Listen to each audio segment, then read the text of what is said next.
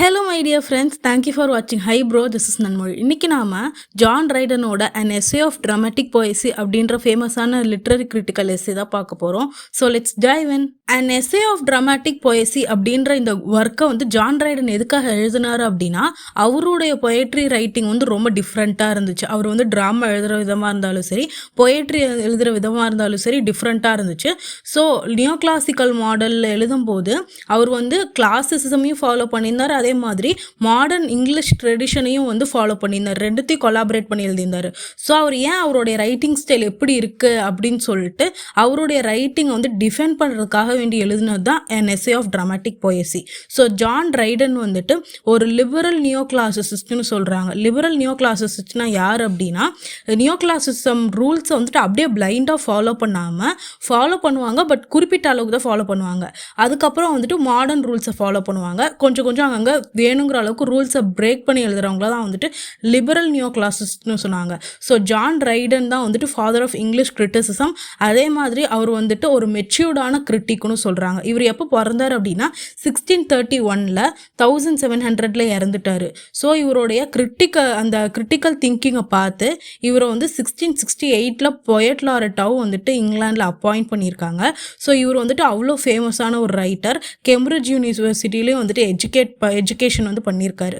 So இவர் ரொம்ப மெச்சூர்டான thought இருந்ததுனால இந்த எஸ்ஸே ஆஃப் ட்ராமேட்டிக் போயசி அப்படின்ற இந்த ஒர்க் எல்லாருமே ஒரு பேலன்ஸ்டான ஒரு கிரிட்டிசிசமாக பார்த்தாங்க. இதுதான் ஒரு ஃபஸ்ட்டு கிரிட்டிசிசம். எல்லா கிரிட்டிக்ஸுக்குமே அவங்களுடைய கொஷின்ஸ்க்கெலாம் ஆன்சர் கொடுக்கக்கூடிய ஒன்றா இருந்துச்சு. ஸோ இந்த ஒர்க்கில் எப்படி அவர் நரேஷன் டெக்னிக் பண்ணியிருக்காருன்னு பார்க்கலாம். எஸ்ஸே ஆன் ட்ராமேட்டிக் போயசி அப்படின்ற இந்த ஒர்க்கே டிஃப்ரெண்ட்டான நரேஷனில் இருக்க ஒர்க் தான். பிகாஸ் இப்போ அரிஸ்டாட்டில் எடுத்துக்கிட்டாலும் சரி, வேர்ட்ஸ்வொர்த் எடுத்துக்கிட்டாலும் சரி, அவங்களோட போயம்ஸில் எப்படி எழுதியிருப்பாங்க அப்படின்னா டேரெக்டாகவே நான் இதை நினைக்கிறேன்னு சொல்லிடுவாங்க. பட் இவர் என்ன பண்ணியிருக்காருன்னா, இந்த ஒர்க்கில் ஒரு 4 பேர் வச்சுருக்காரு. இந்த 4 கேரக்டரும் ஒவ்வொன்றுக்கு சப்போர்ட் பண்ணி அட் த எண்டில் ஒரு கன்க்ளூஷனுக்கு வர மாதிரி வச்சுருக்காரு. ஸோ அந்த 4 கேரக்டர் ஒருத்தவங்க கிளாசிசம் ரூல்ஸ்க்கு சப்போர்ட் பண்ணுவாங்க, கிளாசிக்கல் ஒர்க்ஸ் தான் பெஸ்ட்டுன்னு சொல்லுவாங்க. இன்னொருத்தவங்க மாடர்ன் ஒர்க்ஸுக்கு சப்போர்ட் பண்ணுவாங்க. மாடர்ன் மீன்ஸ் இங்கிலீஷ் ஒர்க்ஸ்லாம் இருக்குல்ல, ஸோ இங்கிலீஷ் ரைட்டிங்ஸ்க்கு சப்போர்ட் பண்ணுவாங்க. இன்னொருத்தவங்க ஃப்ரெஞ்சு ட்ராமா தான் பெஸ்ட்டுன்னு சொல்லி பேசுவாங்க. இன்னொன்று இங்கிலீஷ் தான் பெஸ்ட்டு அப்படின்னு சொல்லி பேசுவாங்க. இதுதான் இந்த மாதிரி 4 பேரும் 4 இதை டிபேட் பண்ணுற மாதிரி கான்செப்ட் அமைஞ்சதுனால தான் இந்த ஒர்க் ரொம்ப பெஸ்ட்டாக இருந்திருக்கு. ஸோ இந்த நரேஷன் டெக்னிக்கில் 4 கேரக்டர்ஸ் இன்வால்வ் ஆகுறாங்கன்னு சொன்னேன்ல, அவங்க யார் அப்படின்னா யுஜீனியஸ் ஃபஸ்ட்டு. ஸோ அவர் மாடர்ன்ஸ்க்கு சப்போர்ட் பண்ணுறாரு. மாடர்ன் ஃபார்ம் ஆஃப் ரைட்டிங் இருக்குல்ல இங்கிலாண்டில், ஸோ அதுக்கு சப்போர்ட் பண்ணக்கூடியவர் யுஜீனியஸ். அடுத்தது கிரைட்ஸ் எதுக்கு சப்போர்ட் பண்ணுறாரு அப்படின்னா ஏன்ஷியன்ஸ்க்கு. ஏன்ஷியன்ட் மீன்ஸ் ரோமன், கிரீக்கு, அவங்களுடைய ஒர்க்ஸில் எழுதியிருப்பாங்களா ரூல்ஸை ஃபாலோ பண்ணி, கிளாசிக்கல் ரூல்ஸ் ஃபாலோ பண்ணி எழுதுறவங்களுக்கு சப்போர்ட் பண்ணுறாரு. அடுத்தது லைசீடியஸ். இந்த லைசீடியஸ் யாருக்கு சப்போர்ட் பண்ணுறாரு அப்படின்னா ஃப்ரெஞ்சு ட்ராமா தான் பெஸ்ட்டு அப்படின்னு சொல்லிட்டு பேசுகிறவங்க.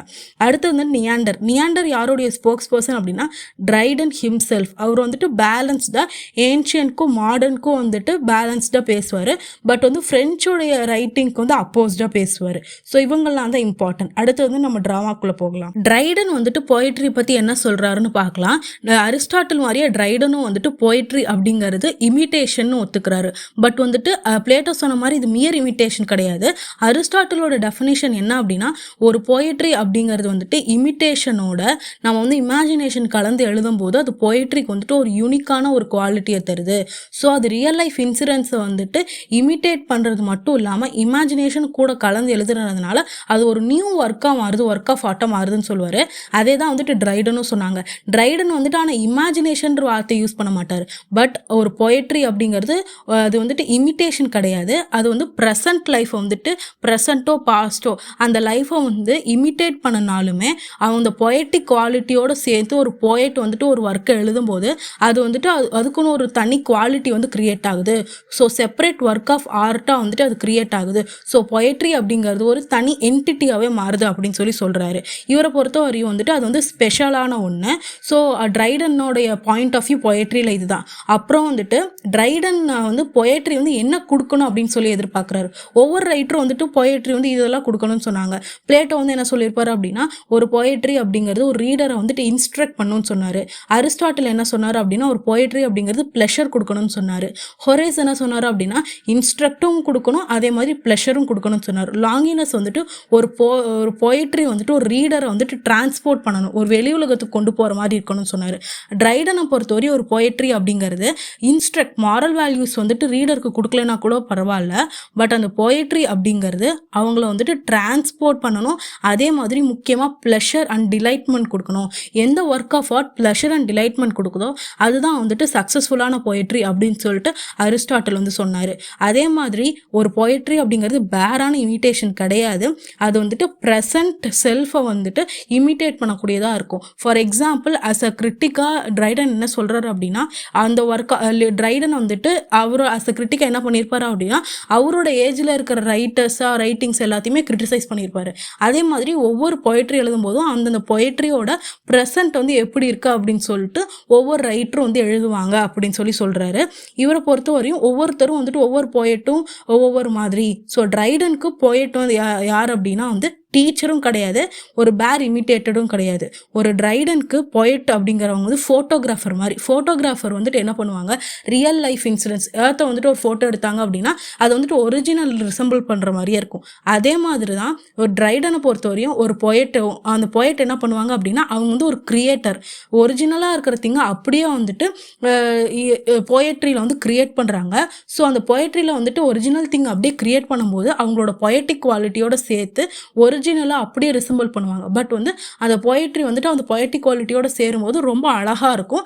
அது வந்து நேச்சரை வந்து இமிட்டேட் பண்ணுற மாதிரியும் இருக்கும், ரிசம்பிளன்ஸ் ஆஃப் ஒரிஜினாலிட்டி அதே மாதிரி ட்ரூத்தை சொல்கிற மாதிரியும் இருக்கும். ஸோ இங்கே அந்த ஃபோட்டோகிராஃபராக இல்லை கிரியேட்டர் இருக்காங்களே அவங்களுக்கு வந்துட்டு நேச்சர் அண்ட் லைஃப் அது ரெண்டும் தான் ரா மெட்டீரியல். அந்த ரா மெட்டீரியலை வச்சு ஒரு போயட் வந்து ஒரு போயட்ரி வந்து கிரியேட் பண்ணுறாங்க அப்படின்னு சொல்லிட்டு நம்ம ட்ரைடன் சொல்கிறாரு. அதுக்கப்புறம் வந்துட்டு ஒரு போயட்ரி அப்படிங்கிறது ரேதர் ஒர்க் ஆஃப் ஆர்ட்டாக மாறுது. சிம்பிளாக இமிட்டேஷன் மட்டும் இல்லாமல் இமேஜினேஷனோட சேரும்போது அது ஒர்க் ஆஃப் ஆர்ட்டாக மாறுது. ஸோ நான் சொன்ன மாதிரி ட்ரைடன் வந்துட்டு இமேஜினேஷன் அப்படின்ற வார்த்தையை வந்து யூஸ் பண்ணியிருக்க மாட்டார், அதை வந்து ஃபேன்சின்னு தான் அவர் சொல்லியிருப்பார். ஸோ ஒரு இமிட்டேஷனாக இல்லாமல் பொயட் வந்துட்டு அவருடைய மைண்டில் வந்து ஃபேன்சி பண்ணி பார்ப்பார், அதாவது கற்பனை பண்ணி பார்க்குறதா வந்துட்டு இவர் ஃபேன்சின்ற வார்த்தையை யூஸ் பண்ணியிருக்காரு. ஸோ ஃபேன்சியோட ஒரு இமிட்டேஷன் சேரும்போது அது வந்துட்டு ஒரு ஒழுங்கான ஒர்க் ஆஃப் ஆர்ட்டாக கிரியேட் ஆகுது. அது லேட்டர் வந்து கோல்ட்ரிட்ஜ் வந்து ஷேப்பிங் ஸ்பிரிட் ஆஃப் இமேஜினேஷன் அப்படின்னு சொல்லிட்டு அந்த காயினை வந்துட்டு லேட்டராக கோல்ட்ரிட்ஜ் அவரோட பயோகிராஃபி லிட்ரரியால் வந்து காயின் பண்ணார். அதுக்கு முன்னாடியே ட்ரைடன் வந்துட்டு இதை சொல்லியிருக்காரு. அதுக்கப்புறம் நம்ம பார்க்க போகிறது வந்துட்டு function of poetry. Function of போயட்ரினா என்ன அப்படின்னா ஒரு போயட்ரியோடைய ஃபங்க்ஷன் என்ன அப்படிங்கிறத பார்க்கலாம். ஸோ அக்கார்டிங் டு ட்ரைடன் ஒரு போயட்ரி அப்படிங்கிறத நம்ம ஏற்கனவே சொன்ன மாதிரி இன்ஸ்ட்ரக்ட் பண்ணணும், இன்ஸ்ட்ரக்ட் பண்ண தேவை கிடையாது, பட் என்ன பண்ணணும் அப்படின்னா டிலைட் பண்ணணும்.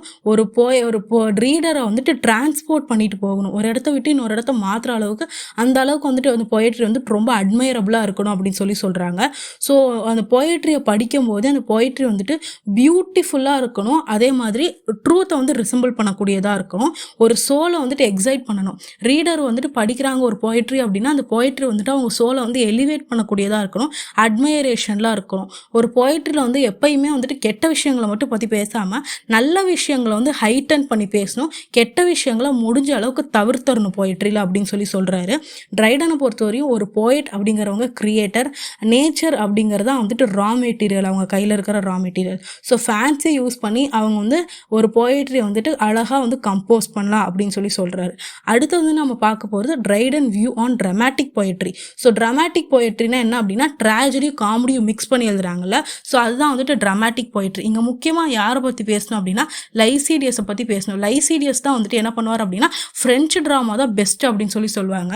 ஃப்ரெஞ்சு ட்ராமா ஏன் பெஸ்ட் அப்படின்னா அதில் வந்து கிளாசிக்கல் 3 யுனைட்டிஸை ஃபாலோ பண்ணியிருப்பாங்க. 3 யுனைட்டிஸ்னா என்னென்ன அப்படின்னா unity of time, place, action, அது மூணுத்தையுமே ஃபாலோ பண்ணியிருப்பாங்க. ட்ராஜடினா ட்ராஜடி மட்டும்தான் எழுதுவாங்க ஒரு பிளேல, காமெடினா காமெடி மட்டும்தான் எழுதுவாங்க. பட் ஃபர்ஸ்ட் டைம் ஷேக்ஸ்பியர் என்ன பண்ணாரு அப்படின்னா ட்ராஜடி காமெடி இன்ஃபியூஸ் பண்ணி எழுதினார், ரெண்டுத்தையும் ஒன்னாக்கி ஒரு புதுமையான ஒரு ஒர்க் ஆஃப் ஆர்ட்டாக கொடுத்தாரு. ஸோ அந்த ஒர்க் ஆஃப் ஆர்ட்டை டிஃபெண்ட் பண்ணுறதுக்காக வேண்டிதான் இந்த வியூ ஆன் ட்ராமாட்டிக் போயட்ரியில் வந்து ட்ரைடன் வந்துட்டு அந்த பாயிண்ட்ஸ் தான் டிஃபெண்ட் பண்ணுறாரு. ஸோ லைசீடியஸ் வந்து எதிர்ப்பார். லைசீடியஸ் என்ன சொல்வார் அப்படின்னா ட்ராஜடியும் காமெடி யூஸ் பண்ணுற மிக்ஸ் பண்ணி எழுதுற வந்துட்டு ஒரு பிளண்டர் அப்படின்னு சொல்லுவார். பிளண்டர் மட்டும் இல்லாமல் அது வந்து கிளாசிக்கல் யுனைட்டிஸ்க்கு வந்துட்டு எதிரானதுன்னு சொல்லுவார். ஸோ அது எப்படி டிஃபெண்ட் பண்ணுறாரு அப்படிங்கிறத பார்க்கலாம். ட்ரைடனை பொறுத்தவரைக்கும் ட்ராஜிக் காமெடி அப்படிங்கிறது ஒரிஜினாலிட்டி ஆஃப் லைஃப்பை வந்துட்டு இது பண்ணக்கூடியது. ஸோ அது வந்து கிளாசிக்கல் யுனைட்டிஸ் கிளாசிக்கல் ரூல்ஸை ஃபாலோ பண்ணலைனாலுமே இங்கிலீஷ் ட்ராமாஸ் என்ன பண்ணுது அப்படின்னா லா ஆஃப் நேச்சரை ஃபாலோ பண்ணுதுன்னு சொல்கிறாங்க. அது என்ன லா ஆஃப் நேச்சர்? நம்ம வாழ்க்கையில் வந்துட்டு ஒருத்தரோட வாழ்க்கையில் எப்பயுமே வந்துட்டு சந்தோஷமே இருக்காது. அதே மாதிரி ஒருத்தரோட வாழ்க்கையில் எப்பயுமே சோகமான விஷயங்களே நடக்காது. ஸோ ஒரு வாழ்க்கை அப்படின்னா ட்ராஜடி இருக்கும், காமெடி இருக்கும். அது ரெண்டுத்தையும் இன்ஃப்யூஸ் பண்ணி எழுதுறதுனால அந்த கைண்ட்ஸ் ஆஃப் ட்ராமா வந்துட்டு நேச்சருடைய லாவை ஃபாலோ பண்ணுதுன்னு சொல்கிறாங்க. ஸோ இந்த கைண்ட்ஸ் ஆஃப் ட்ராமாஸ் தான் வந்துட்டு பெஸ்ட்டு அப்படின்னு சொல்லிட்டு நம்ம ட்ரைடன் சொல்கிறாரு. அதனால தான் ஷேக்ஸ்பியரையும் வந்துட்டு ட்ரைடனுக்கு வந்து ரொம்ப பிடிச்சிருக்கும். பிகாஸ் அவர் வந்து ரியாலிட்டியை பேசுகிறாரு அப்படின்னு சொல்லி ட்ரைடன் சொல்லுவாங்க. ஷேக்ஸ்பியரோட கேரக்டர்ஸ் எல்லாமே ரியல் யூனிவர்சல். பிகாஸ் அவங்களுடைய கேரக்டர்ஸ் எல்லாமே வந்துட்டு ரியாலிட்டியை பேசுது, ரியல் லைஃப் இன்சிடென்ட்ஸ் மட்டும் தான் போர்ட்ரே பண்ணுது. பட் ஃப்ரெஞ்சு ட்ராமா அப்படி கிடையாது. அவங்களோடது வந்துட்டு வெறும் ட்ராஜடி மட்டும் பேசுகிறாங்க. அதுவும் 3 யுனைட்டிஸ் டைம் பிளேஸ் ஆக்ஷன் யூஸ் பண்ணும்போது அந்த திங்ஸ் எல்லாமே வந்துட்டு கன்ஃபியூஸ் பண்ணுது ரீடர்ஸை. அது வந்துட்டு ரிஜிடாக ரூல்ஸை ஃபாலோ பண்ணுறதுனால லைஃபோட யதார்த்தங்களை வந்துட்டு அந்த கைண்ட்ஸ் ஆஃப் ட்ராமா சொல்கிறது இல்லை. ஸோ முற்றிலுமாவே ஃப்ரெஞ்சு ட்ராமா வந்துட்டு ரிடிக்கல் பண்ணியிருப்பாரு, கிரிட்டிசைஸ் பண்ணியிருப்பாரு ட்ரைடன். ஸோ ட்ரைடனை பொறுத்தவரையும் ஒரு ட்ராமா அப்படின்னா அந்த ட்ராமாவில் வந்துட்டு ஸ்டேஜில் என்னென்ன விஷயங்கள் காட்டும்னு சொல்கிறாரு. ஸ்டேஜில் வந்து எப்பயுமே டெத்து சீனை காட்டக்கூடாதுன்னு சொல்கிறாரு. ஏன் அப்படின்னா டெத்து சீன் அப்படிங்கிறது வந்துட்டு அது வந்துட்டு ரொம்ப ஹாரிபிளான ஒரு விஷயம். அதே மாதிரி ஆக்டர்ஸால் கரெக்டாக வந்து அந்த ஆக்ஷனை கொண்டு வர முடியலன்னா அது வந்துட்டு வேறு மாதிரி போயிடும். ஸோ ஃபிசிக்கல் ஆக்ஷன்ஸ் எப்பயுமே வந்துட்டு டெத்தை வந்து ஸ்டேஜில் வந்துட்டு காட்டக்கூடாது அப்படின்னு சொல்கிறாரு. பட் டூவெல்ஸ்லாம் நடக்கும்ல. ஸோ இப்போ வந்து ட்ரோஜன் வார்லாம் அந்த மாதிரியான ஈடிபஸோட பிளேஸில் எடுத்துக்கிட்டோம் அப்படின்னா ட்ரோஜன் வாரில் வந்து பேட்டில்ஸ்லாம் நடக்கும். அந்த பேட்டில்ஸ் அண்ட் டூவல்ஸ்லாம் வந்துட்டு இங்கிலீஷ் ட்ராமாவில் காமிச்சிருக்காங்க, பட் ஃப்ரெஞ்சு ட்ராமாவில் காமிக்கல. அதே மாதிரி இங்கிலீஷ் ட்ராமாவில் 2 யுனைட்டிஸை மட்டும் தான் ஒரே ஒரு யுனைட்டி தான் மட்டும் தான் ஃபாலோ பண்ணுவாங்க. Unity of action, unity of time and place ரெண்டுத்தையுமே கண்டுக்க மாட்டாங்க. பட் ஃப்ரெஞ்சு ட்ராமாவில் unity of time and place 3த்தையும் ஃபாலோ பண்ணுவாங்க. அதே மாதிரி இந்த பேட்டில்ஸ் அண்ட் டூவல்ஸ்லாம் வந்து ஸ்டேஜில் காட்ட மாட்டாங்க, பட் இங்கிலீஷ் ட்ராமா காட்டுது. ஸோ இங்கிலீஷ் ட்ராமா வந்துட்டு நேச்சுரலாகவே வந்துட்டு அது பெஸ்ட்டாக இருக்குது. ஸோ ட்ரைடனை பொறுத்தவரையும் இந்த 3 யுனைட்டிஸை ஃபாலோ பண்ணுறது. இப்போ யூனிட்டி ஆஃப் ஆக்ஷன் எடுத்துக்கிட்டோம் அப்படின்னா ஒரு ஆக்ஷனை வந்துட்டு 24 ஹார்ஸ்க்குள்ளே முடிஞ்சிடணும். அது வந்துட்டு unity of time. Unity of பிளேஸ்ன்னு எடுத்துக்கிட்டோம் அப்படின்னா ஒரே ஒரு இடத்துல மட்டும்தான் ஒரு இன்சிடென்ட் நடக்கணும்னு சொல்லுவாங்க. அதே மாதிரி பிளாட்டுன்னு எடுத்துக்கிட்டோம் அப்படின்னா சிங்கிள் பிளாட், ஒரே ஒரு கதை தான் இருக்கணும், கிளை கதைகள் எதுவுமே இருக்கக்கூடாதுன்னு சொல்லுவாங்க. ஸோ இந்த 3 ரூல்ஸையுமே வந்துட்டு நம்ம ட்ரைடன் வந்து பிரேக் பண்ணார். ஷேக்ஸ்பியர் வந்து பிரேக் பண்ணதுனால ட்ரைடன் வந்து சொல்கிறாரு இந்த மாதிரி பிரேக் பண்ணுறது சகஜமாக ஒரு விஷயம் தான். அது வந்துட்டு அது நல்லா இருக்கு. பிகாஸ் அது வந்துட்டு நம்மளுக்கு வந்து லிபரேஷன் தருது. அஸ் அ ரைட்டராக ஒருத்தவங்களுக்கு வந்து லிபரேஷன் தருது. அவங்க என்ன நினைக்கிறோன்னு சொல்கிறத வந்து அவங்களுக்கு வந்துட்டு ஃப்ரீடம் கிடைக்கிறதுனால இந்த 3த்தையும் பிரேக் பண்ணுறது நியாயமான ஒன்று தான் அப்படின்னு சொல்கிறாங்க. ஸோ ட்ரைடன் வந்துட்டு என்ன சொல்கிறாரு அப்படின்னா அரிஸ்டாட்டில் எங்கேயுமே யூனிட்டி ஆஃப் பிளேஸை வந்துட்டு ஃபாலோ பண்ணணும்னு சொல்லவே இல்லை அப்படின்னு சொல்கிறாரு. அதே மாதிரி டெரன்ஸ் அப்படின்ற பெரிய ட்ராமாட்டிஸ்ட்டுமே யூனிட்டி ஆஃப் டைமை வந்துட்டு வைலேட் பண்ணியிருக்காரு. ஸோ நாங்கள் வைலேட் பண்ணுறதுல தப்பு கிடையாது. 2 பெரிய ஜாமவான்கள் அரிஸ்டாட்டிலும் சரி டெரன்ஸும் சரி ட்ராமாவில் யூனிட்டி ஆஃப் பிளேஸையும் டைமையும் ஃபாலோ பண்ணணும்னு சொல்ல. பட் ட்ரைடன் என்ன சொல்கிறாரு அப்படின்னா ஷேக்ஸ்பியரோட பிளேஸில் நம்ம எல்லாத்துலேயும் யூனிட்டி ஆஃப் ஆக்ஷனை பார்க்க முடியும். யூனிட்டி ஆஃப் ஆக்ஷனா சிங்கிள் பிளாட் இருக்கும், அதுக்கான sub plot and under plot இருக்கும். பட் வந்துட்டு அது மெயின் பிளாட் வந்து அஃபெக்ட் பண்ணாமல் இருக்கும். யூனிட்டி ஆஃப் ஆக்ஷன் வந்துட்டு எல்லாத்தையுமே இங்கிலீஷ் ட்ராமாஸில் பார்க்க முடியும். பட் டைம் அண்ட் பிளேஸை வந்துட்டு நாங்கள் வந்துட்டு வைலேட் பண்ணுறதுனால எந்த குறையும் வந்துட்டு இங்கிலீஷ் ட்ராமாவில் வரல அப்படின்னு சொல்லிட்டு ட்ரைடனோட பாயிண்ட் ஆஃப் வியூவாக இருக்குது. அதுக்கப்புறம் ட்ரைடன் என்ன சொல்கிறாரு அப்படின்னா யூனிட்டி ஆஃப் ஆக்ஷன் வந்துட்டு ஃபாலோ பண்ணுறப்போ கண்டிப்பாக அந்த யூனிட்டி ஆஃப் ஆக்ஷன் ரொம்ப இம்பார்ட்டண்ட். அது ட்ராஜிக் காமெடியாக இருந்தாலும் சரி இல்லை ட்ராஜடி மட்டுமே தனியாக ஒருத்தர் எழுதுனாங்கன்னா யூனிட்டி ஆஃப் ஆக்ஷன் ரொம்ப இம்பார்ட்டன்ட்னு சொல்கிறாரு. யூனிட்டி ஆஃப் ஆக்ஷன் என்ன அப்படின்னா ப்ராப்பரான பிகினிங் இருக்கணும், மிடில் இருக்கணும், எண்ட் இருக்கணும். அதே மாதிரி ஒரு பிளாட் அப்படின்னா அந்த பிளாட்டோட கதை வந்துட்டு கரெக்டான சீக்வன்ஸ் ஆஃப் ஆக்ஷன்ஸோட போகணும். அங்கங்கே பிச்சு இருக்கக்கூடாது. ஸோ அந்த மாதிரி இருக்கக்கூடாது. ட்ராஜிக் காமெடியாக இருந்தாலுமே யூனிட்டி ஆஃப் ஆக்ஷனை கண்டிப்பாக ஃபாலோ பண்ணணும். பட் எப்போ வந்துட்டு யூனிட்டி ஆஃப் டைமையும் பிளேஸையும் வந்து வைலேட் பண்ணுறாங்களோ அங்கே வந்துட்டு ரைட்டருக்கு வந்து இமேஜினேஷன் பவர் வந்து இன்க்ரீஸ் ஆகுது. ஸோ இப்போ வந்துட்டு ஒரு யூனிட்டி ஆஃப் டைமை பொறுத்தவரை என்ன அப்படின்னா ஒரு கதை எழுதுறாங்க அப்படின்னா அந்த கதையை வந்துட்டு 24 மணி நேரத்துக்கு நீங்கள் 3 மணி நேரம் ஸ்டேஜ் நம்ம போய் ஒரு ட்ராமா பார்த்தோம்னா தெரியும். 3 மணி நேரம் ஸ்டேஜில் 24 மணி நேரம் கதையை வந்துட்டு உள்ளே கொண்டு வந்துடணும் அப்படின்னு சொல்லுவாங்க. ஸோ அந்த ஆக்ஷன் வந்துட்டு ஒரே நாளில் நடக்கக்கூடியதாக இருக்கணும். அந்த ஒரே ஒரு ஒரு ஹீரோவோட வாழ்க்கையில் ஒரு நாளில் என்ன நடக்குதோ அது எல்லாத்தையுமே 24 ஹார்ஸ்க்குள்ளே ஒரு கதை நடக்கிறத 3 ஹார்ஸ்க்குள்ளே காட்டணும். அப்படிங்கும்போது அது கஷ்டமாக இருக்கும். அங்கே வந்துட்டு ரைட்டர் வந்துட்டு 2 நாளைக்கு முன்னாடி நடந்தது 3 நாளைக்கு முன்னாடி நடந்ததில் எதையுமே பேசக்கூடாது. அதுதான் வந்துட்டு யுனைட்டி ஆஃப் டைம். ஸோ வந்துட்டு இது ரைட்டரோட இமேஜினேஷன் பவரை வந்து கட்டி போடுதுன்னு சொன்னாங்க. அதுக்கப்புறம் யுனைட்டி ஆஃப் பிளேஸ். இப்போ ஒரு பெரிய பேலஸில் வந்துட்டு ஒரு கதை நடக்குது அப்படின்னா பேலஸ்குள்ளேயே அந்த கதை முடிஞ்சிடணும், வெளியே எங்கேயுமே போகக்கூடாது.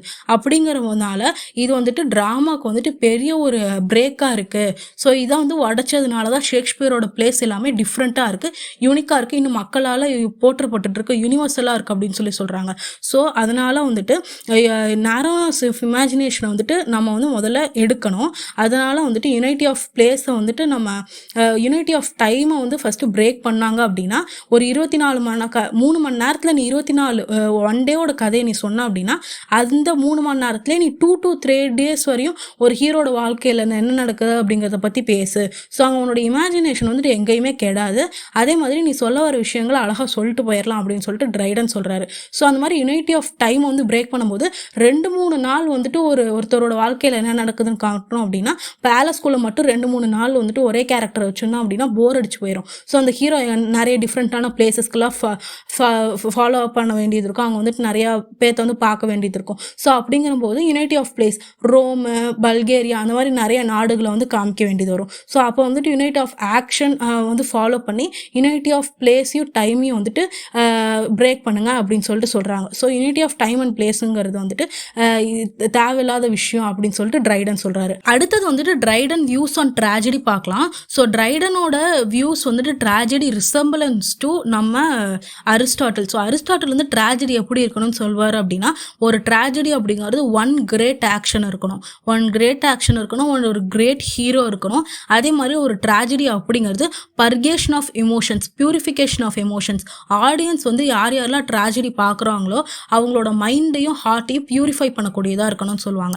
ஃபார் எக்ஸாம்பிள் நம்ம வந்துட்டு ஒத்தெல்லோட ட்ராமா எடுத்துக்கலாம். ஒத்தெல்லோவில் வந்துட்டு ஒன் கிரேட் ஆக்ஷன் என்ன அப்படின்னா எப்படி ஒத்தெல்லோ வந்துட்டு சந்தேகப்பட்டு தன்னோட ஒய்ஃபை வந்து கொல்றாரு, அதுக்கப்புறம் அவர் இறந்து போகிறாரு அப்படிங்கிறதா ஒன் கிரேட் ஆக்ஷன். ஸோ சஸ்பிஷனால் அவரோட வாழ்க்கை வந்துட்டு எவ்வளோ மாறி போகுது, எவ்வளோ கொடுமைகளை அனுபவிக்கிறாருங்கிறது one great action. So one great tragic hero அப்படின்னா ஒத்தெல்லோ தான். ஒத்தெல்லோக்கு வந்துட்டு என்ன ட்ராஜிக் ஃபால்ட் இருக்கும் அப்படின்னா அவருக்கு வந்துட்டு சஸ்பிஷன் அப்படிங்கிறது அவருடைய ட்ராஜிக் ஃபால்ட். ஸோ ஒரு ட்ராஜடியில் ஒரு ஹீரோக்கு கண்டிப்பாக ட்ராஜிக் ஃபால்ட் இருக்கணும்னு சொல்லிட்டு அரிஸ்டாட்டில் சொல்கிறாரு. தேர்ட் திங் என்ன அப்படின்னா அந்த இது வந்துட்டு பியூரிஃபை பண்ணணும் ஒரு ஹார்ட்டை. ஸோ ஒத்தெல்லோ இறந்ததுக்கு அப்புறமா ஆடியன்ஸ் என்ன பண்ணுவாங்கன்னா அழுவாங்க.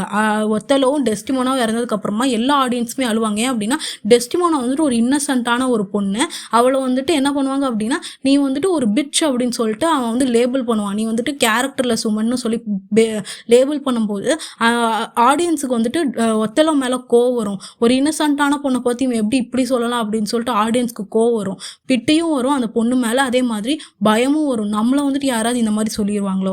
ஸோ அதே வந்துட்டு ஆடியன்ஸ் என்ன பண்ணுவாங்க அப்படின்னா நம்ம ஒய்ஃபையோ நம்ம பார்ட்னர் யாராக இருந்தாலும் சரி சந்தேகப்படக்கூடாது அப்படின்னு சொல்லிட்டு ஒரு ரெசல்யூஷன் எடுத்துக்குவாங்க. ஏன் அந்த ரெசல்யூஷன் எடுக்கிறாங்க அப்படின்னா டெஸ்டிமோனா வந்துட்டு இன்னசென்ட்டாக இறந்து போயிடுவாங்க. அதன் மூலமாக வந்துட்டு எந்த ஆடியன்ஸாக இருந்தாலும் சரி, அவங்க வந்து அவங்களோட சிஸ்டராக இருந்தாலும் சரி, அவங்களோட ஒய்ஃபாக இருந்தாலும் சரி, ஹஸ்பண்டாக இருந்தாலும் சரி, நம்ம வந்துட்டு தேவையில்லாமல் ஒருத்தவங்க வந்து சந்தேகப்படக்கூடாது அப்படின்ற ரெசல்யூஷனை வந்து எடுத்துக்குவாங்க. அதன் மூலமாக அவங்க அழுகிறது மூலமாக அவங்களோட ஹார்ட்டும் வந்து பியூரிஃபை ஆகுது. ஸோ இங்கே வந்துட்டு 3 திங்ஸுமே வந்து ட்ராஜடியில் வந்து அட்டைன் ஆகணும் அப்படிங்கிறதா வந்து அரிஸ்டாட்டிலோட பாயிண்ட் ஆஃப் வியூ. அது மூலமாக ஒரு ட்ராஜடி அப்படிங்கிறது இந்த இதுதான் இருக்கணும், இதுதான் வந்து கிரேட் ட்ராஜடி அப்படின்னு சொல்லிட்டு அரிஸ்டாட்டில் சொல்கிறார். அதே தான் ட்ரைடனும் சொல்கிறாரு. ட்ரைடனை பொறுத்தவரையும் எப்பயுமே வந்துட்டு ஒரு ட்ராஜடியில் வந்து ஒரு கிரேட் ஆக்ஷன் இருக்கணும். அதே மாதிரி பட் பியூரிஃபிகேஷன் ஆஃப் எமோஷன் அப்படின்ற பாயிண்டில் மட்டும் டிஃபர் ஆகிறாரு. ஏன் பியூரிஃபிகேஷன் ஆஃப் பாயிண்டில் எமோஷனில் டிஃபர் ஆகிறாரு அப்படின்னா நம்ம பாசமலர் படம் பார்த்துருந்தா தெரியும். பாசமலர் படம் தான் பெஸ்ட் எக்ஸாம்பிள். ஏன் அப்படின்னா பாசமலர் படத்தில் நம்ம சிவாஜி கணேசன் என்ன பண்ணுவார் அப்படின்னா சிவாஜி கணேசனும் அவங்களோட தங்கச்சி இறந்ததுக்கு அப்புறமா எல்லா ஆடியன்ஸும் உட்காந்து அழுவாங்க. ஏன் அப்படின்னா அது பார்க்கவே ரொம்ப எமோஷ்னலாக இருக்குது. அந்த சீனுக்கு அப்புறம் வந்துட்டு எல்லாத்தோட மனசுலையுமே வந்துட்டு அந்த பாசம் அப்படிங்கிறது நிறைஞ்சிருக்கும். நெகட்டிவ் எமோஷன்ஸ் எல்லாமே அழுது அவங்க வெளியே விட்டுருவாங்க. இதுதான் வந்துட்டு அரிஸ்டாட்டில் சொன்னது.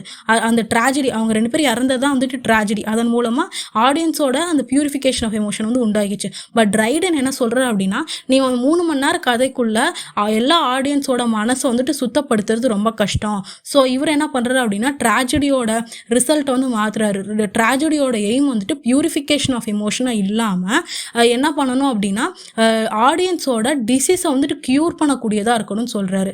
ஸோ என்ன டிசீஸ் அப்படின்னா, எல்லா ஆடியன்ஸுக்குமே ஒன்று வந்து ப்ரைடு இருக்கும், ஆணவம் இருக்கும், அதே மாதிரி க்ரீடியாக இருப்பாங்க. இந்த 2த்தையுமே வந்துட்டு ஒரு ட்ராஜடி வந்துட்டு கிளியர் பண்ணணும்னு சொல்றாரு. இது வந்துட்டு யார் சொல்லியிருக்கா அப்படின்னா, ரஃபின் அப்படின்ற ஒரு ஃப்ரெஞ்சு பிளே ரைட் வந்துட்டு ஒரு ட்ராஜடினா அது வந்துட்டு ப்ரைட் அண்ட் வாண்ட்டை வந்துட்டு கிளியர் பண்ணக்கூடியதாக இருக்கணும், ஒருத்தனோட ஆணவத்தையும் அவனோட க்ரீடினஸையும் வந்துட்டு குறைக்கக்கூடியதாக இருக்கணும், அதுக்கு தான் வந்து நான் ட்ராஜடி எழுதுனேன்னு சொன்னாங்க. ஸோ